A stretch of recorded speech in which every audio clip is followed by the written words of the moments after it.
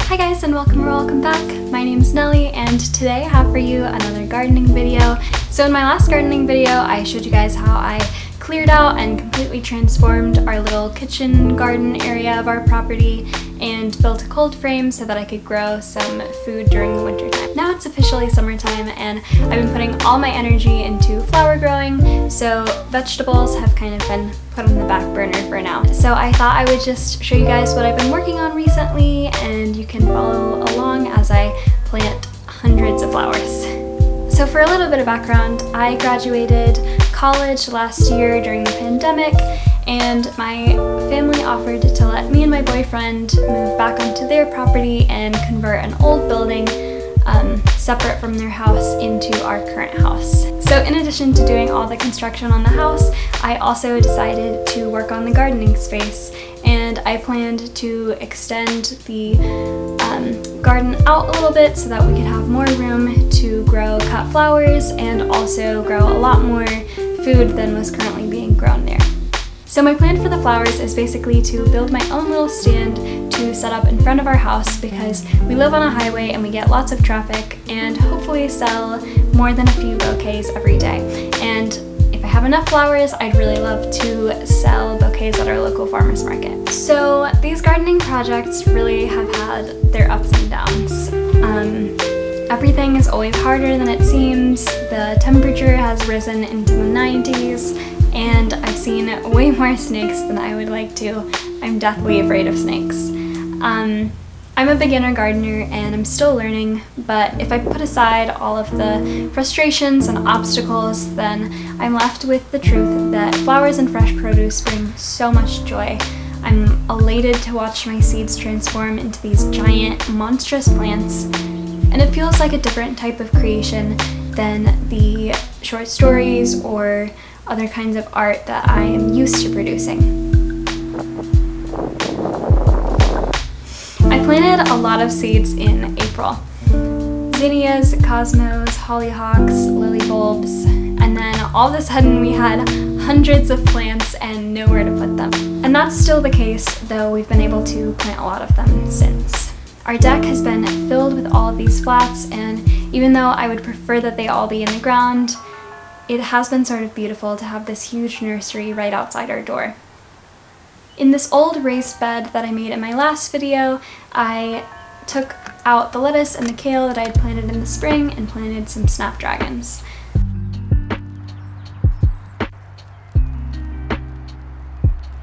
The colors of these are so gorgeous, and they've gotten quite bushy since I filmed that footage.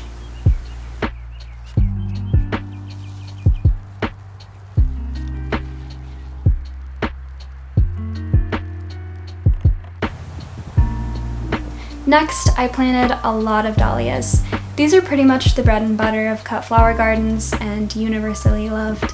I planted a few types: top mix, pastel mix, and another that I don't remember.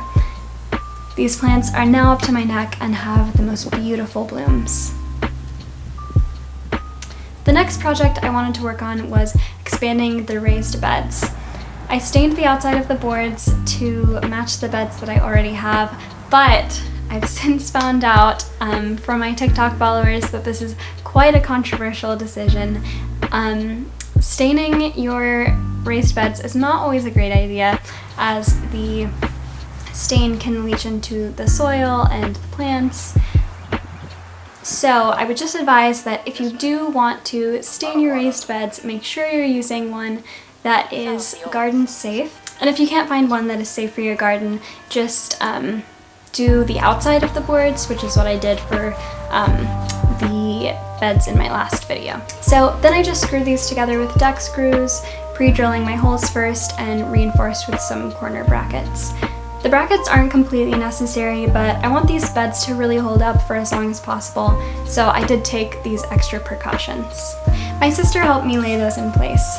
We wanted to do a no-dig method with the turf or grass that was already there, so we covered it in cardboard to block the sunlight, laid down some bricks on top, and then kept it wet. And this is just a strategy to kill off the grass in just a couple of weeks. Now we had frames but no dirt, so we called around and a local arborist actually had like a bunch of mounds of dirt that had been piles of mulch that had decomposed, and they said that we could have it as free as long as we took it ourselves. So we took the truck down there, dug up the piles and loaded them all in. This was not fun, super sweaty, and obviously since we were dealing with dirt, it was really messy. But we were so happy that we were able to get all the dirt we needed to fill up the beds for free, because normally it would cost a couple $100s.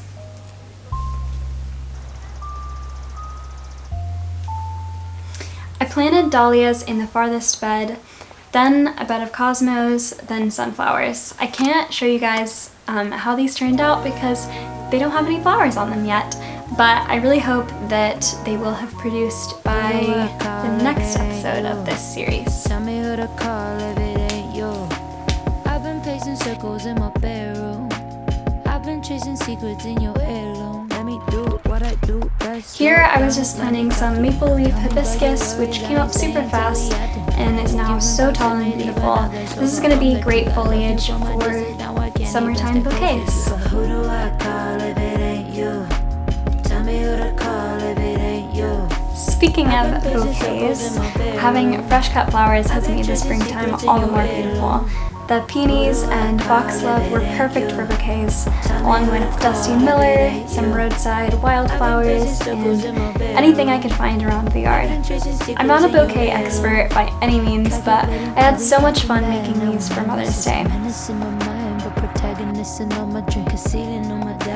After I picked everything, I took off any leaves from the stems, and that just helps to preserve the flowers as much as possible in the vase and helps ward off the mold.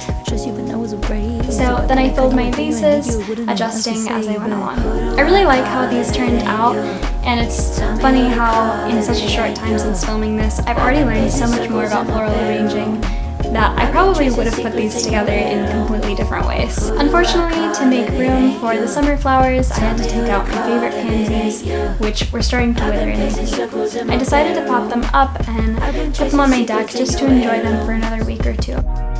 I also pressed some of the flowers so that I can look back and remember how beautiful they were once they're all gone in the summer.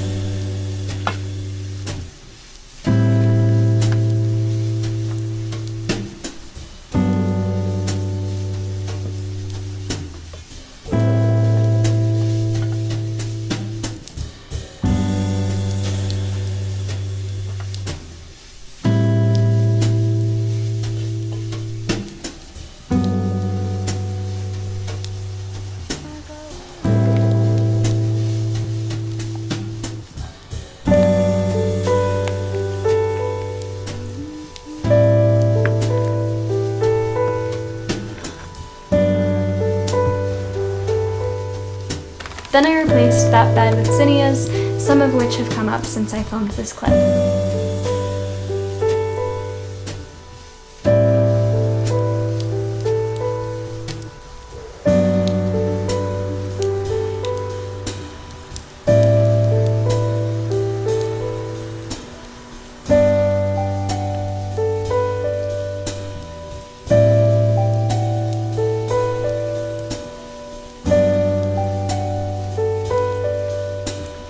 Alright, so that pretty much wraps up my first gardening diaries episode. In the next video, I hope I'll have a ton of blooms to show you guys and my flowers will be as tall as me. But until then, I have a few other things that I'd like to work on, like building a compost bin, harvesting and braiding my garlic, and building supports for my dahlias. In the next video, I really hope to build a farm stand to sell my bouquets at, which I have no idea how to do, but I know that's going to be a lot of fun, and hopefully selling my first few bouquets. I hope you guys enjoyed this video. Don't forget to like and subscribe if you haven't already, and thanks so much for watching. I'll see you soon.